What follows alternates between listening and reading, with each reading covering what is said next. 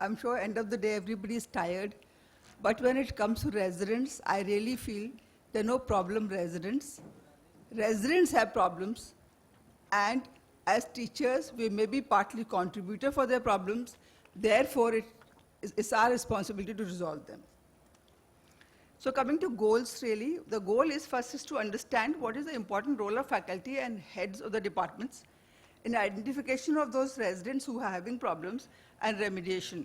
Then a clear-cut defined process actually, like who are these people, what is the underlying cause. There are multiple reasons that they are having problems, and also how do we evolve a good remedial plan that will work, because this will have to be customized. There are no simple rules for that. So if we look at the expectations of MCI from the teachers and residents, they are humongous.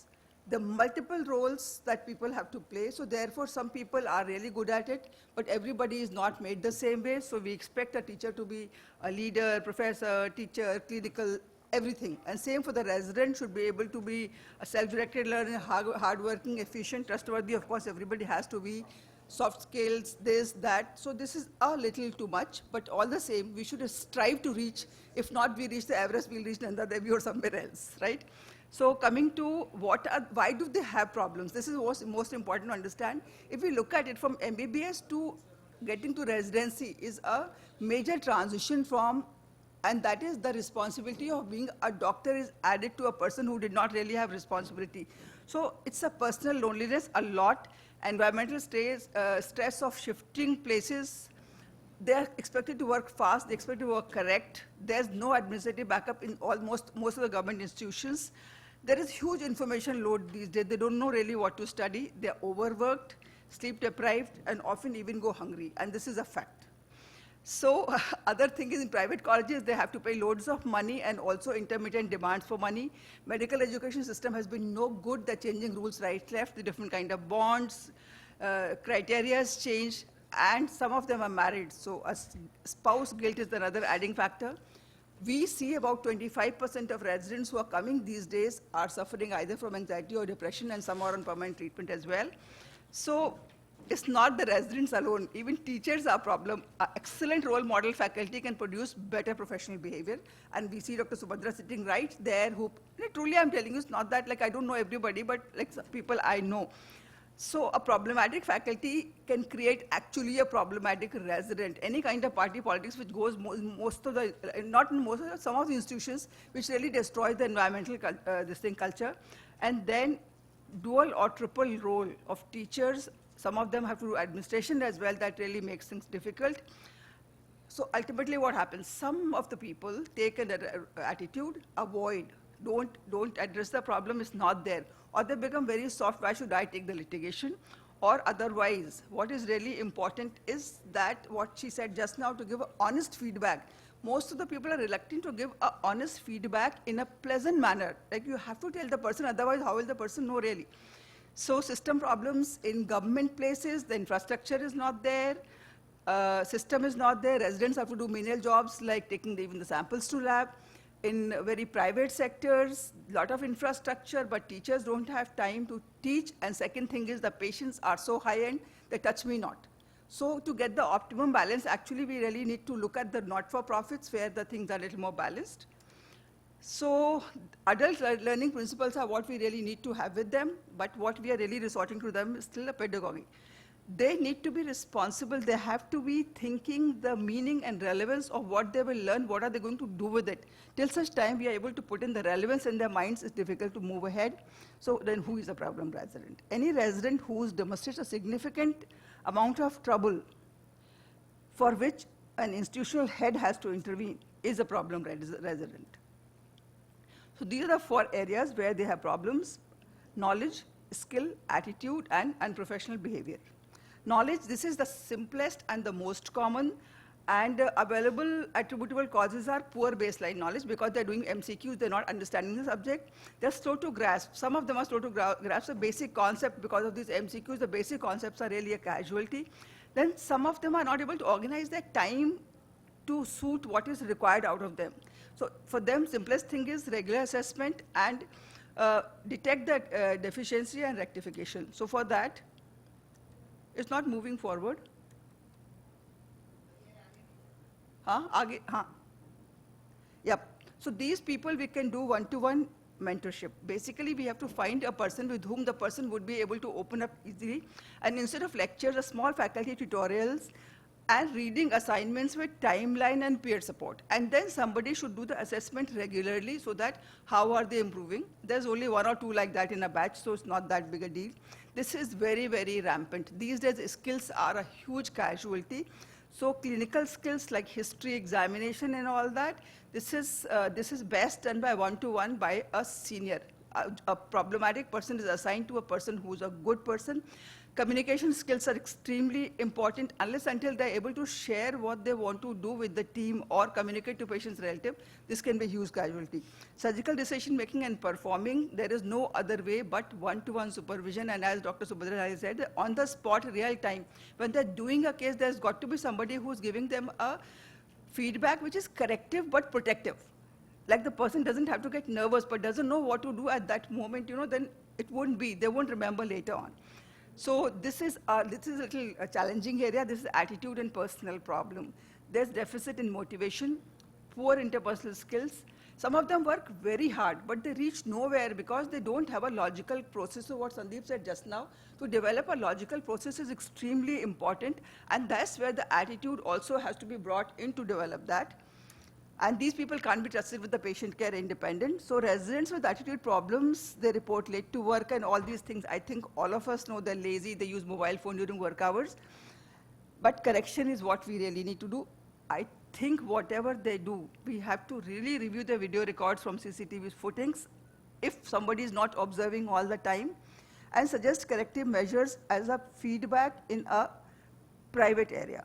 Provide timeline for correction, because if we provide a timeline for correction, if we are more interested in them, we listen to them attentively, tag a role model teacher, behavior improves dramatically. Some people really go for role modeling, and the hero worship, the moment the hero worship comes, it all changes. But in case it does not really happen, then we got to be really tough, at least on these people, because some people come with lots of attitudes and issues from before. And worst case scenario, then we may have to resort to get them out of the institution, which is very, very painful. Unprofessional behavior has become almost, not so much, but social media, these kids are indulging into things which are sort of not desirable, binging, dancing. These things are like, they're not the best things to happen on any institutional thing to this thing. Personal comments on faculty members, like these things which they want to do frustration venting out, goes in a big way. And some of them really abuse their juniors as well. And but all this is kind of correctable by a good positive feedback. So the corrective process will be, is it a single problem or there are multiple? Correction possible at faculty level or at system level. Preferable is at faculty level, then remedial measures should be in consultation with the resident. You cannot say that you have to study so much and the resident says, I don't have a capacity. So whatever we build, unless until the resident is a partner into corrective measure, it will not be followed. And then set minimum goals to start with and let the person move on to. Once the person moves, the speed can be geared up later. And then re-evaluate based on the set targets. So that reevaluation also can be a big motivator. Look, I've done my 100% now, so I can take a little harder challenge. So this is another thing. Some residents have problems, but this is truly a problem resident. They indulge into destruction of property, prestige, especially in my part of the country. I'm sorry, but this is what is litigation and psychiatric disorders. Psychiatric disorders are very difficult to deal with. And these residents have a characteristic. They will try to attract attention. They will want to come to very close to you, get you flowers, remember your birthdays, sweets, references, getting this, that. So be very careful. So ultimately, it is that whatever we do with them, we have to keep a good documentation. We tell everybody, but we should really write a thesis on these people, date-wise, so that in the end, in case you really land up in the court, then that comes to our rescue. And other than that, be careful of external influences. MLAs, MPs will come and talk about them.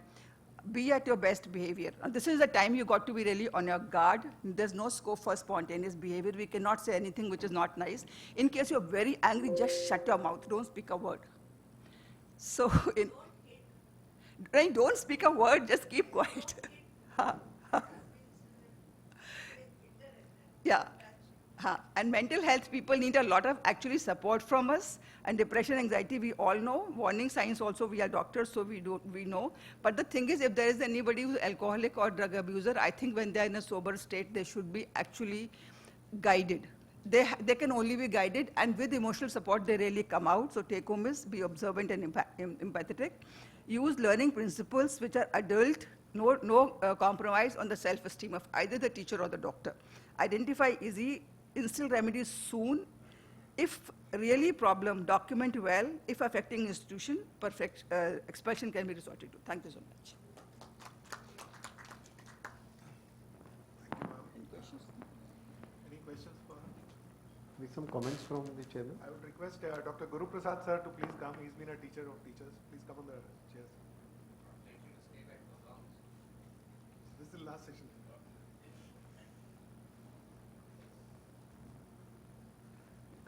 Any comments from the chairman, chairperson? I think keynote address doesn't warrant any comment, so I think we should keep it to that. So we now have resident. Ma'am norm की बात कर रहे हैं बस और ऐसी कोई बात नहीं. So we have resident update at another center other than the mother center to send this versus not send it. So to send it, speaking for is Dr. Arun Bhaveji.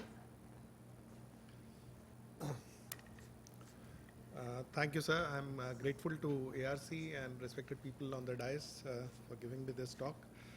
I don't have any slides for this. I shall be talking extempore. Resident update at another center is a must in today's scenario in ophthalmology because from the mother center you just get the basic knowledge of comprehensive ophthalmology. And to develop any subspecialty plus to get exposure to surgeries, there are some centers where during your residency you do not pick up enough surgery. So our resident update is our update at a center different from the mother center is a must. There are many prestigious centers in the South India, especially LVP, Arvind and Shankar Nethralaya are famous for giving subspecialties exposures. Plus in Delhi, of course, RP Center is there, which gives good exposure. And there are many other centers, like MM Joshi Eye Institute in Hubli. That's also a very good center which gives exposure to all these subspecialties. I think a resident update is a must for any resident who passes out his MS. He is incomplete in his surgical skills, incomplete in his communication skills. And these skills develop much better and much more refined during his update, which is required. I think all the residents coming out as of date are going through the fellowships, and that has changed the scenario of Indian ophthalmology. Probably the place where you do your residency initially does not give you adequate surgical exposure as well, so that also you get at a center which is new and different from your alma mater. That is all what I would like to say in this. Any comments? Since I was asked to comment, I think I also feel the same. I, in fact, have encouraged some of my residents to go out and see what is going on in other prestigious centers of excellence. In fact, I wanted to talk to Dr. Subhadra also about this and ask her permission to send some of my fellows to observe what's going on in LVP. I think it's a good thing for them to know where they stand, whether they have taken up the right center for training or not, whether MM Joshi Institute is on par with the others or not. At least they come to know where they stand. I think that's one important thing that they come to know. And there's always something to learn from other centers. It may not be academics, it may be something else, maybe the systems. Basically, So the communication skills also improve. Communication skills. I And missed out on saying Sitapur. Ma'am is there, so Sitapur is also a good training institute. so that way, I think I would support this to send.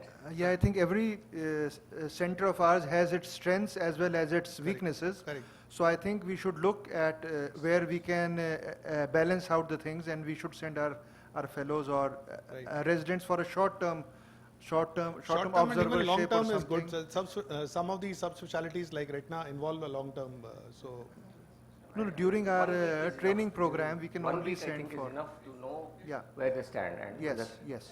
this- Building is good when they go to other institutions.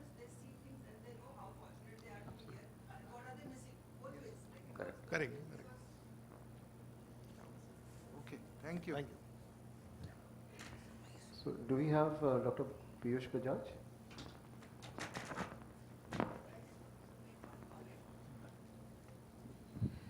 Because maybe the opponent is not there, so I will just give two comments. One is that it's one thing for residents to come and see different places, and that's very encouraging.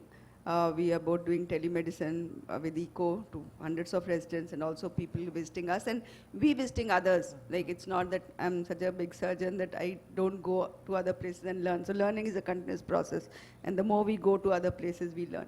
But it should not happen as what today morning Sharmista Mukherjee said, has the Congress outsourced, its winning to the state parties. So it should not be a way that, no, we cannot deliver, we can't do anything. So you be our resident, but you go and learn something there. So don't, give up your own responsibility.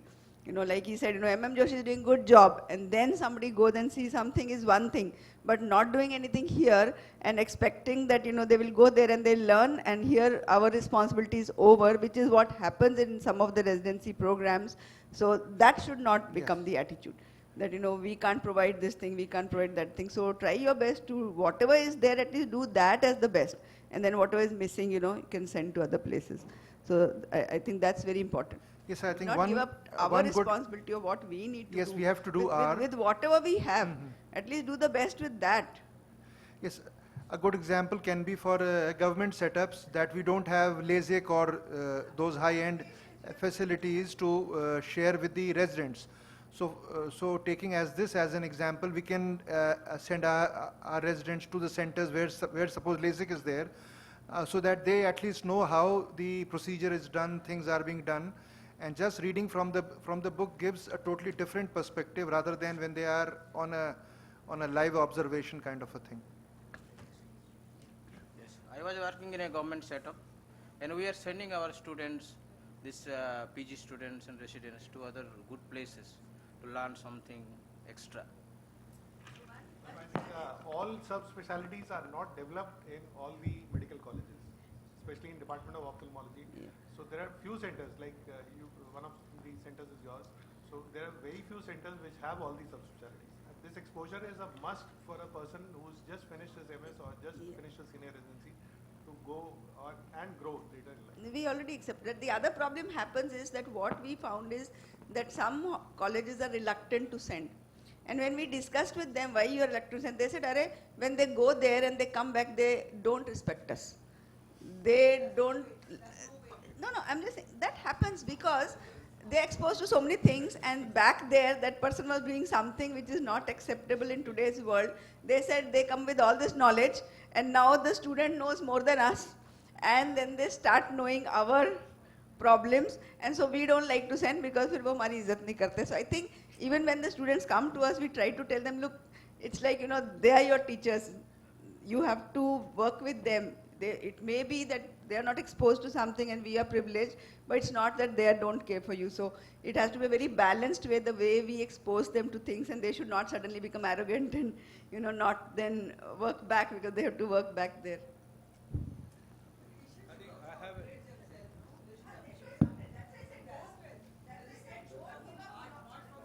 No, but I think what she said is the most practical thing, because they will draw comparisons, and the parent institution will also have a problem of this comparison. The students, not really respecting these. Now, I have a different perspective. One is about we do a lot of PG programs, exam going postgraduates. I take a opinion poll. Most of the postgraduates who are in so-called little underprivileged setups, they always crib about that we don't have an OCT, we don't have this, we don't have a laser. They always complain about their negatives and their shortcomings. But I'll ask them, so we have a lot of patients, sir, we have 200 OPD, but we don't have an OCT or something, they will say, or we don't have a lens X, we don't have, Ingenuity, things like that. If you have 200 patients, then how many gonioscopies you have done in 3 years? They have not even done single gonioscopy. I said, see, whatever they always know, they'll never look at the brighter side. When you have patients, you don't really have to know femtosecond laser surgery. You can probably learn your clinical acumen, learn your skills, whatever is there, I think the best use has to be made within the institution. Most PGs have this idea. Yes. So I think there is always a scope, whatever is the setup, it always has some bright spots. I think you have to understand your strengths and try to motivate the students. And definitely you have to, like even though you are in a private institution, 3 medical colleges send their students for a peripheral posting like that. They call it as peripheral posting. 1 month, they kind of, they get a rounded up, they get an understanding of what is happening elsewhere. It's like one of the ACGME 5, 6 tenets, that system-based learning. They go to a different system so that they learn things. So that probably makes them, kind of understand what is happening in the world. They do understand probably the weaknesses and their own strengths also. I think both ways it works. Going to the next topic, examination preparation leave, we don't have Dr. Chandana Chakrabarti. Do we have Dr. Pankaj Chaudhary? So we can have Dr. Pankaj Chaudhary speak one side and then the audience can take up the other side.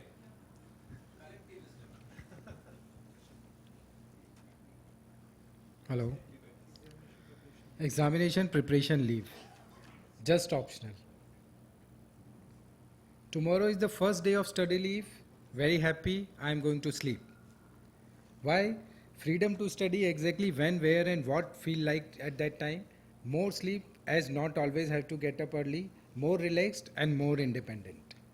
Study leave. Is it a right or a privilege given by the teacher? Needs a number of elements to start the study, such a large table, ergonomic chair and spacious room. No one around to ask the question to clear your doubts. You are going to call a friend and going to waste your time. Procrastination is a very common as the individual learning requires a constancy, discipline and responsibilities.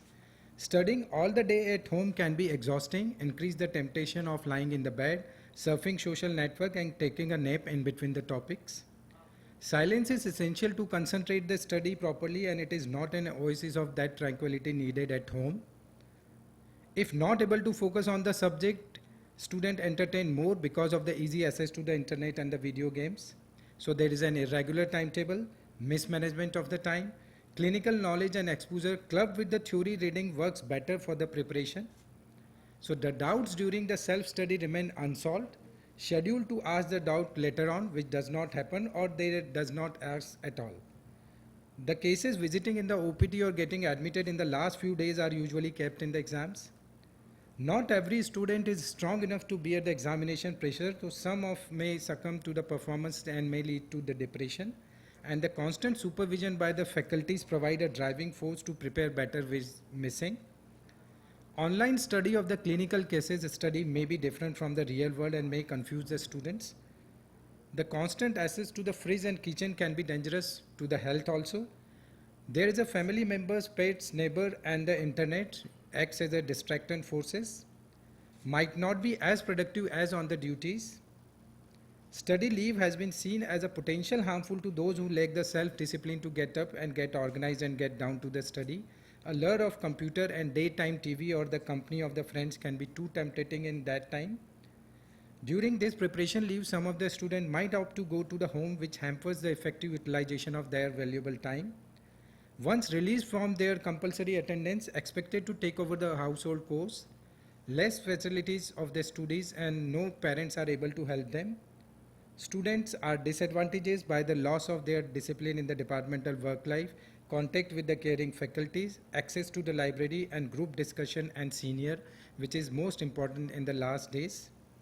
So how can we lift this potential D into a 8th grade students? What as a teacher, what we can do is make an exclusive 3-year calendar and a booster classes on the holidays, especially the last month, replacing the normal timetable with a tailored revision session, because what happens when they come and going to OPD and OT, definitely they are not getting that much of time what is needed for the theory, especially because in all the universities copies are also checked online, so it is not that reluctant as we were student that theory is equally important to pass on. And we must keep a pre-university examination as we are keeping in an undergraduate, so that give a one examination preparation to them so that they can perform better. Partial winning of duties will help the juniors also to take over the responsibilities better rather than a sudden granting of the leave. Bedside patient teaching helps the retention of topic better, so also questions put up by the faculty help to understand the better status of the preparation. So this examination is very important, and this ever evolving teaching and learning method process like examination must also be examined now, that how we should take the exam. If you want a better result, this is the examination preparation leave. Thank you. Thank you, sir. Does anybody from the audience want to take the other side? Exam leave? See, we have no formative assessment as the final redemption. We have summative assessment. Those 3 hours of 8 hour whatever test that we want to write 3, 4 papers is going to decide the fate of 3 years. So it's a huge risk if you ditch the preparation leave, because many a time the students are actually working clinically, are very busy in most centers. They may not see. I have found that most students develop the kind of rounded up ophthalmology knowledge in the last 2 months only. Like everything crystallizes. No, that's why things fall in I place. said don't give the leave of 30 days. What you do, make a tailored timetable of that 30 days, including teachers, to get involved in their discussions and theory and take a pre-university exam rather than leaving them alone. Because once you leave them alone, I am 100% sure 50% of them are going to make a ticket book for the home. 50% of our residents are married also. The female goes to home and 15 days are lost in that period only. So it should not be a leave. It is a tailored 1 month teaching program in the campus, in the library and in the department, rather than making a total leave and making them to be independent of what they want to do. So If we give leave 2 they- months Sir, leave. So we for give our only DNB 30 students. days. 2 months is too much. Sir, I think. But they come and that- work 2 months later, post Sir, I exam. think not a single day leave is required. What was in my time, morning में OPD करी, दोपहर में जाके theory लिखी.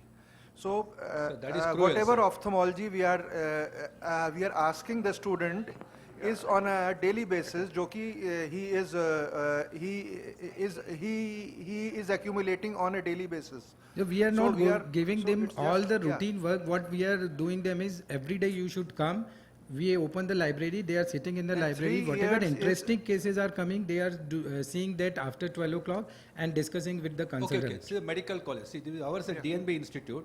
Normally, DNB, the theory happens after 3 to 4 months. The practical happens. Practical happens, So yes. what we have done is, and many a time they're very so busy most of the times from morning till night. So the 2 months actually they make up for all that, and they are so well prepared for theory. They pass the theory, then again come and join for work. That is also prepares them for the. Then they will lose that theory preparation. They will start preparing for practicals. So in that, like I think we have never had a failure in the last probably decade So or more. DNB is something they want to do it, and it is a desire from inside, and it's a must for them. But if they are doing MS, then they are reluctant. When they are in government medical colleges, somewhere they are reluctant that somehow we are going But to do get you in mean first that or second passing attempt. is MS But is easier than DNB? No, but DNB I students think are it's yes. more responsible because they are doing it and they know the cost of what they are doing. MS students are little bit reluctant on what they are doing. Why should it be, Sir, sir? with short-term revision, we'll have short-term retention also. Sir, the question is not of ophthalmology. There are branches which caters them to perform duty from 8 in the morning to 8 in the night. There are other branches also. It becomes mandatory. Then it becomes mandatory in a branch like orthopedics or a gynecology, where it becomes mandatory for them to allow these students to have some amount of reading, some amount of time, so that they devote on the academic skill. It becomes totally mandatory. So leave aside ophthalmology. I'm in a medical college. I'm serving for the last 25 years. I know other branches we don't even have any time, sir. They are working from 8 o'clock in the morning till 8 in the night. Sometimes you happen the first year resident working, the third year resident performing surgery. So that it's a humane on the part of some our colleges to at least grant some time for them to study. So granting a leave time is aside- different. leave What I am aside- telling is leave it aside should the- not be an official leave. leave aside It the is a leave- 30 leave days aside- timetable leave revised. aside- Leave aside the only. DNB, leave aside the DNB and the leave aside the DNB and the MS part. That is not to be looked into the amount of time you are being provided as a preparation leave. Yeah, But I think yeah. they need a little time, no doubt. Sir, we have same time it should be- symposiums, grand rounds, journal clubs, and so on. So many very well-formed curriculum running everywhere.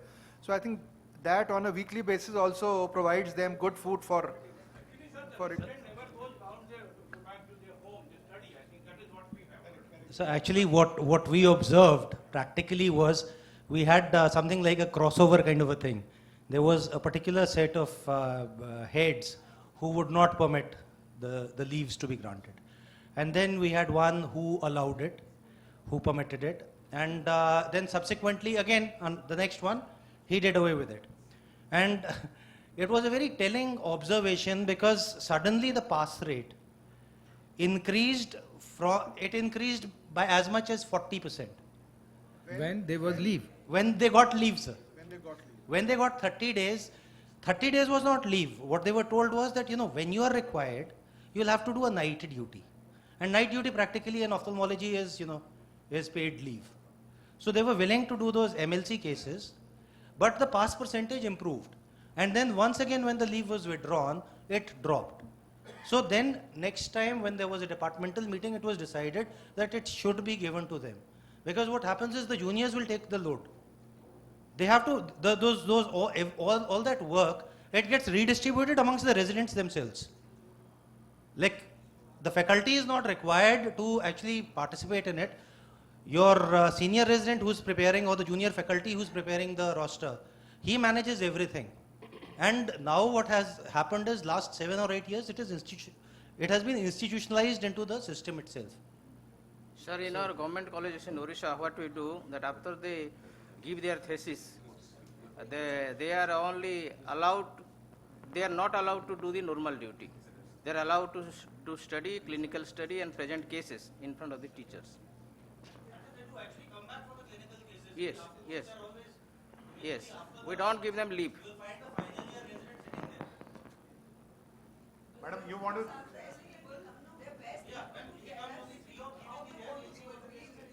is what they tell. What Sandeep is saying, I went through the same thing, but I was very upset in the end. I didn't get time to study. Truly, I'm telling you, because the work was long. So now residents themselves, if they came down to the work, in 6 months in advance, they wouldn't do the evening lab duties which are there. Then it's like 4 months in advance, they will not do the lab duties. Then they will start with half a day OPD, half a day OT. And followed by last 10, 15 days, yes, totally at their will, but at their will in the library. Yes, but attendance is compulsory. They must come to the department. It should not be a 30 days official leave. That is what is. Yes. It's a leave, but tailored leave.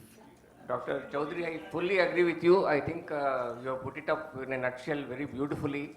The best part of your talk was to engage the students in the time during which the leave is given. I think that's very important, which I think I will take home that point and probably practice it. Because like you said, all the side effects of giving the leave, sleeping, surfing the net and all that, I think it's all very valid. I believe that leave should be given and they should be engaged during the leave period, one thing. But most importantly, they should be also given homework during the 2 years or 3 years of their this thing on a day-to-day basis. They should see the cases, study about the case and come back and tell us next day. So this kind of activity which they do every day on a daily basis will keep them busy. Maybe for a short time, maybe they may not get much time after their duty hours to really read. But at least if they read the cases which they would have seen, they'll be in a better position to probably recollect them at the time of the examination, and they may not need as much study leave as 2 months, I think, is too long. Yes. So, but I think engaging the students in the last 1 month or 2 months, whichever you prefer to give, is very, very important so that they are under your control. You should not let them go haywire. I mean, let them loose. Thank you, sir. We now have Dr. Sandeep Saxena, who's talking on the pros of trauma surgery by resident.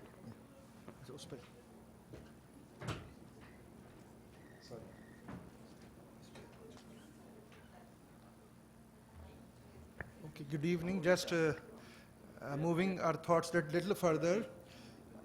At least I was astounded to see in Germany when I was there that they have a 5-year residency program in ophthalmology, and residents don't go to the OT for a single day.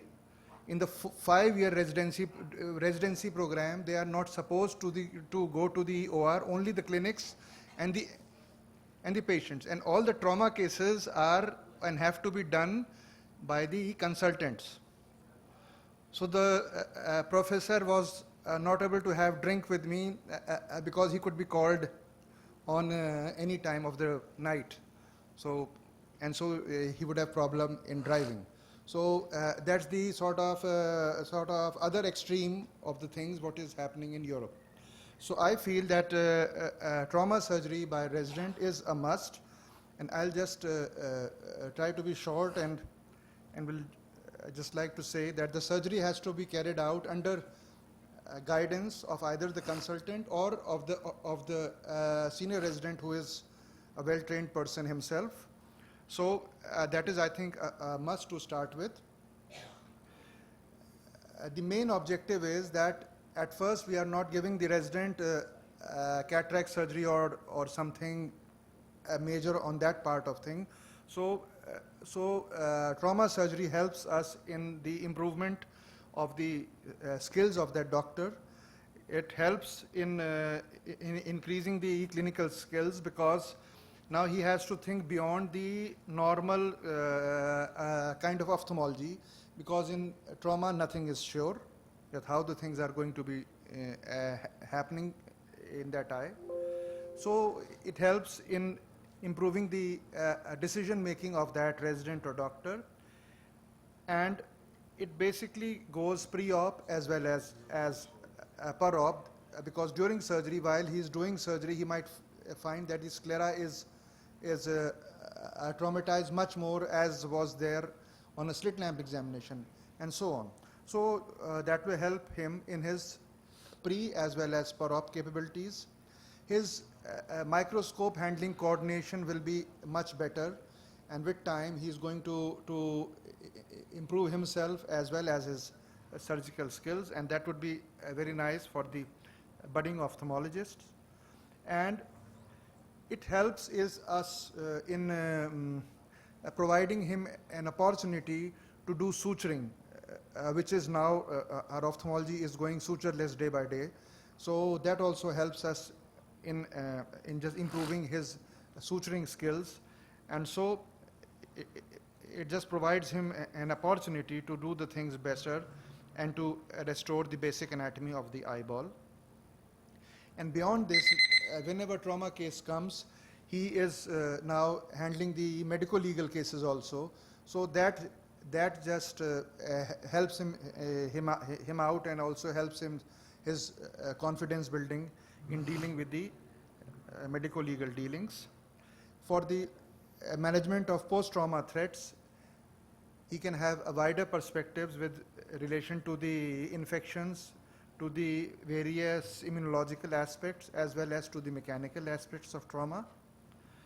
And in following up of those cases, different scenarios can develop as compared to a routine kind of a surgery which the resident has been handling. So the basic take-home message would be that trauma surgery is a must for the resident, and it habituates the resident to confidently approach the cases with the best possible cosmetic outcomes for the patient. Thank you very much. Thank you, sir. Can we have Dr. Mohideen Abdul Qadir to speak that trauma surgery by resident is just optional? Yeah, thank you. My topic is debate is trauma surgery by residents optional. The mode and content of the surgical training has been a matter of debate among teachers and trainers since antiquity. The quality, the consistency and sophistication of the ophthalmic education in India are heterogeneous. The postgraduate medical education in India follows an apprenticeship training approach rather than an appraisal approach common in developed countries. The most patient presenting with the trauma will have multiple injuries with a different level of involvement. The role and responsibility of the surgeon dealing with such patients are huge. Many studies have shown that operating residents requires more surgical time and do more surgical manipulation. This leads to suboptimal results. So when resident training in trauma should be optional, because the difficulty for the trainers and patient dissatisfaction and difficulty for the residents. So difficulty faced with the trainers, because trainers will be already under pressure and shouldering a huge responsibility. It became additional responsibility to train as residents such under circumstances. There's no room for error. It make it more difficult for the trainers to face this particular surgery. So errors made by the residents also are difficult to manage. Unlike elective procedures, the time constraint will be also more in trauma surgery. So resident taking a more time to complete a procedure will lead to suboptimal results. So the difficulty faced by the residents will be facing a huge amount of mental pressure, plus the expectation of pressure from the trainers will add up. Such a scenario can add likely to lead to error in the residents who is not competent enough, ultimately leading to diminished confidence levels in the residents. So also the patient concern may be a bigger problem to obtain, and healing time can increase as a result of increased surgical time and more manipulations. And suboptimal results can lead to a patient dissatisfaction and ultimately medical legal problem also. Recently, there is a paper from Archive of Surgical Influence of Resident Involvement in the trauma care centers. Basically, they have an outcome in a teaching institute under the care level 2, and there is an outcome in non-teaching centers care level 2. The main outcome of the major complication, in-house mortality and failure to rescue. The conclusion was admission to the teaching trauma centers were associated with an increased risk of major complication and failure to rescue compared to non-teaching trauma centers. So what should we do? The teaching institutes should be better equipped before making a trauma surgery train for mandatory for residents. Make use of virtual reality training system rather than directly training on the patients the first time. A formulation of well structures and uniform training program is necessary for the residents to do a trauma surgery. So involvement of residents in a trauma surgery should be optional and a balance with a commitment to provide a high quality patient's care. And we live in a patient of era of extremely high patient expectation. Thank you. We have the next speakers, Dr. Shaurya Vardhan Azad, Dr. Neha Adlakha. So we can have the talk and then we can discuss both of these together. So Dr. Neha Adlakha is talking about fellowship after PG versus senior residency. Good evening everyone. Residency is about learning and senior residency is about executive what you have learned. So until you execute independently, you won't know what you lack in. You won't know what interests you more, and you won't know what are your strengths and weak areas. The prevalence of a disease in a particular area will help you to choose your subject of interest. The lacking super speciality in the place you wish to settle may help you proceed with the subject. The new advancement are basically studied in residency to pass the exams and not to look up to them as an interest, which can be thought of during senior residency as there is no burden of exams. A financial burden levied by the government as a bond is also hampering, as the stipend during fellowship is way too less. Your institute where you do your senior residency might support you with a promise to give you a better job opportunity after completion of fellowship on the basis of goodwill. The good amount of stipend in senior residency might help you with paid fellowship programs. If you save adequate amount of your stipend which you receive in your senior residency, it might help you during your fellowship, which provides you with a meager amount. Fellowship programs are about super specialization and they benefit only if you are good at your specialty. Looking at the number of hands-on surgery given in the institutes these days, residents can hardly perform SICS, so senior residency can provide you with an opportunity to learn SICS as well as completion of government bond. Senior residency gives you an ample amount of time to explore the best suitable options for fellowship programs. One cannot spend much time with their families during days of residency, and a research to fill that void is much essential to gain a better emotional stability and support. For girls, age is an important factor to decide or proceed. Fellowship, senior residency is light and gives you an advantage of time that can be utilized. As a compulsory 1-year senior residency has been levied on by the government To apply for the post of assistant professor, you can directly become the consultant after fellowship if you have done your senior residency beforehand.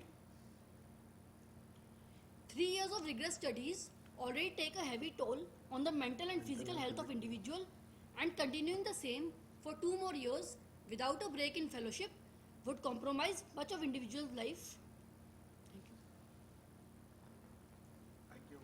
Thank you. Thank you very much. You summed it up quite well. So, any comments? Chair? In case of trauma cases, actually, in our government setup, what we do, the PG students or these residents, these residents, they help the senior residents or the assistant professors. But they are always present as a helping hand. So the faculty member or senior resident always do the trauma cases. However trivial trauma might appear, I think it is always good to call the consultant, if not in the night, midnight or early morning, at least during duty hours immediately after the trauma, so that the consultant can have a look because of the possible disastrous outcomes of trauma and also the medical legal aspects. The reason why I say this is, we've had several cases where what appeared to be trivial in form of just a bruise on the forehead, on the previous night, the boy would have boozed and fallen from a bike, and he would have come for a fall or a CLW on the forehead, and the junior resident would probably suture it and send him off and ask him to come after 2 or 3 days. But what actually would have happened in many cases would be a head injury, which we should not miss, or at least call the patient next day morning to see whether he has any of those sequelae of head injury. I think this is one thing which is very, very important. Life-threatening complications, sight-threatening complications have to be, the resident has to be sensitized to these aspects, number one. And I believe that the best treatment that can be given to a trauma patient is by the consultant and not by the fellows. So the fellows or residents can always be there, but they should not be allowed to do however trivial the injury may be. Maybe if it's a conjunctival tear or a lid tear, it's okay, but then the consultant has to see the patient immediately after or the next day. I think this is something which is very, very important. And complete assessment of the injury. What appears as a subconjunctival hemorrhage or a chemosis may actually be an occult globe rupture, which student might miss, the resident might miss, and he might call the patient after 1 week by when the eye would be non-salvageable. So such being the case, I think it's very important that although the resident has to be involved in the management, the actual treatment has to be done by the consultant. Dr. Pankaj, any comments? Yes, sir. I agree with sir. This is what is needed. And Dr. this is what we practice. The consultant first on call has to see the patient first, and he decide what resident can alone do or where he needs the assistance. Dr. Sandeep? Yes, as I had mentioned also, that it has to be a supervised kind of a thing. So that part has to be there. And the residents may do the surgery under supervision, or if they have been guided by the consultant, that how to proceed and what to do. Sir. I agree to it. Any comments? Ma'am? Baduriya madam? Yes. Any comments? On residency portion, fellowship, or on this? On both of them, any of them. In trauma, at least. You can take the mic. They're recording it, so it goes into the... For trauma, for us, resident sees first, but it's always a consultant who makes a decision as to what is to be done. If it's really truly trivial, then a resident can do. Otherwise, surgery is done, but is done in the presence of consultant, right? Sometimes just important steps, a fused central corneal suture. Take some central sutures or take the limbal sutures, and then the resident do, and that's how they step up. It's like steps. Regarding the senior residency, I really don't know if it's mandatory, is different. But otherwise, I will really feel after doing your doing your PG, it's good to go for fellowship. Otherwise, you're wasting so many surgical years. No, ma'am, I disagree here. In MP, what is happening is we are having No, a bond that is a different thing. I'm not talking of a bond. I'm because talking if you are of going for a bond choice. in a periphery, so it is a better to do SR-ship in a same institute to That is continue fine. rather So I than said, I'm not breaking it talking for of a 365 bond. I'm days. not talking of legalities. Otherwise, if it's a personal choice, then right after your degree, if you go for a fellowship, you are actually totally prepared to go for the curriculum because you already remember everything what is being taught. In 1 year senior residency, there is certain amount of laxity on the knowledge portion of it. Skill develops, but the knowledge goes down. So and surgical time, catch them young is the motto. If you get the surgeon young, if the person is 27, 28 years old surgeon or a surgeon at the age of 35, you've lost 7 surgical years and said and done whatever you may say. We do surgery only till a particular age. So those years, I think, even each year captured is an important thing. Peripheral posting Ma'am, there is is made also must. one more sort of a legality that in case a person wants to go for a faculty position, you have to have a 3 years senior residency program for be a faculty. a Eligibility. government medical or an institution. 1 year. Okay. It used to be 3 years. But for I think very AIIMS important because we are teachers and the students will come to us with these queries and questions. I think very important to tell these students is what's your goal? What's your long-term goal? What do you want to do? And especially when do you want to have your child? There are too many doctors not having their kids, which I don't like. Okay, then they pine at 35 or 40. So even when we interview residents, there are 50% residents who have no clue. They're just doing a fellowship because everybody else is doing fellowship. Or they're just doing a senior residency because somebody told them do senior residency. So I think that important during mentorship and later, where do you see yourself 5 years from now? What is your goal? What is the plan? So some plan should be there. It may or may not materialize, but some plan that, I want to go back to my practice, or I want to work in a medical college, or I'm aspiring to be an assistant professor in All India Institute of Medical Sciences. So if they have some plan, then they can decide whether they should do residency, senior residency, or they should do a fellowship, or they should just join practice and then decide because we are not sure what we want to do, or they want to, take a break and finish their family, deliver their child, or so whatever. Like I had planned that during my second year of PG, I'm going to have my baby. Because in PGI, in second year, we have no duties. We have only to do grand rounds and, journal clubs, and we have no patient care duties in second year of our PG in PGI Chandigarh. Those days we used to have 3 years. First year you are busy, third year you are busy, second year only academics. So I planned and had my baby in second year. So what I'm trying to say is that everybody should know what is going to happen in next 4-5 years, how I'm going to plan my studies and my life. It's not a short-term thing. We are in this game for years together. We are going to be surgeons, we are going to be academics, we are going to be very busy practitioners, and we have to mix our personal, professional, our dance, duty, everything into one package. And so we should be quite clear at what phase of life, how I want to do things. So I think individual dialogue and giving examples, that's very important as teachers to guide. And there's nothing like one solution for all. And nobody should just do things because everybody else is doing that. It's your life and you plan it.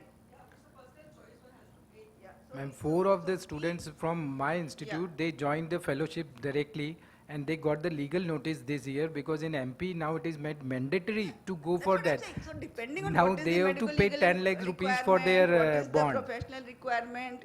So Yes. different things, what is your personal requirement. So there should be a dialogue of, there's no wrong route. That is the Yes. first thing. All routes are good. So if you are a good doctor, you will flourish. Where if you are a good person, good doctor, you will flourish. Whether you do PG, you don't do PG, you do senior residency, you do fellowship, you don't do, you do baby first, fellowship later, fellowship first, baby later. So all possibilities are there. As long as you're full of life, you will achieve everything. Very nice.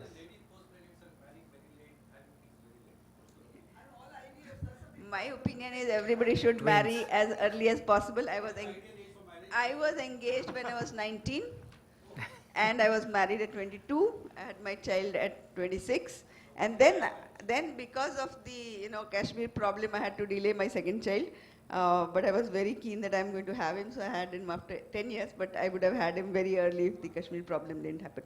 I think it's individual choice, but I think what we need to tell our ladies and our men, because they are going to partner in that being the father there, that motherhood or getting married is no impediment to being the best doctor in the country.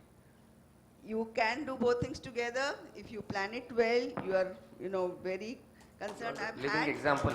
I've had residents coming to me saying that they are pregnant and they want to abort. But I have just told them, I'm there, don't worry, just have your baby. There's not going to be anything. How does it matter if 3 months later you finish your fellowship? Because later you're not going to get opportunity to have that child. So they've done well and they've met. So they just need some hand holding. They are nervous at that time. So, yeah, we need everything, as I said. There's no point in saying ki kash maine aisa kiya hota. Everything is possible. Yes, yes. Yeah, we want. No, I'm just saying, I in PGI Chandigarh, we used to have only 18 days leave. So, okay, I took only 18 days leave. After my cesarean at 18 days, I was back to work. 18 days became 60 days, then it became 135 days. I'm saying whatever it is there, but we all can achieve everything if we get the proper guidance, if we get the proper support, if the society supports the people. I've had one senior saying, why should there be a crash in LV Prasad Institute? Why these women are working? Why can't they stay at home? So the attitudes of the society and the management has to be pro, supporting that, we are going to have children. And then somebody said this I was told, why Subhadra is joining retina department, now she has a 4-year-old child, she is going to let the department go down, she is not going to work, I don't want women in my department. So then that gentleman had a backache and was put on bed rest for 6 months. I said, हाँ कभी आगे से दर्द होता है, कभी किसी पीछे से दर्द होता है, सबको छुट्टी लेना पड़ता है, सबको छुट्टी लेना पड़ता है. All the men in my hospital have had fractures on their mobiles and they have been out of work for 2 months.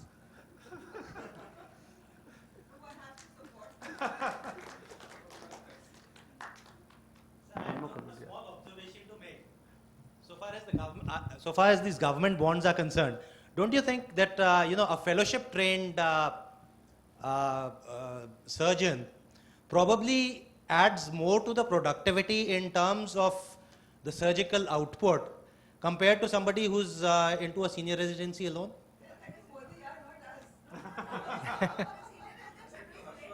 And in case fellowship is done in the same state, will that No, suffice? that is no. So that has to be done in be a done. government. So they are paying 10 lakhs rupees and now it is increased to 30 lakhs. Bond is of 30 lakhs. 30 lakhs. So we are the richest then. We conclude this session, sir, and I just make one request in the end. Sir, I'm contesting for member scientific committee. It's a personal request. I'm Dr. Arun Baweja. Okay. Thank you very much. That was an excellent session. Just a minute, one minute more. I think on behalf of the Academic and Research Committee, we thank everyone who made this possible. I think we are very proudly concluding this Apex Conclave of the teachers in ophthalmology. This has been a brainchild of Dr. Partha Bishwas, and the teachers have very wholeheartedly, debated, argued, put their things across.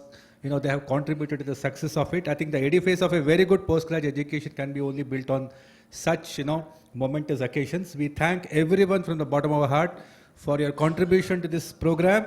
Let us clap for ourselves. Thank you very much. And also thank the chairpersons of this last session and all the contributors. Okay, photo is the motto. I think everybody should join us on the stage. The people who stayed till the end probably will get some special recognition.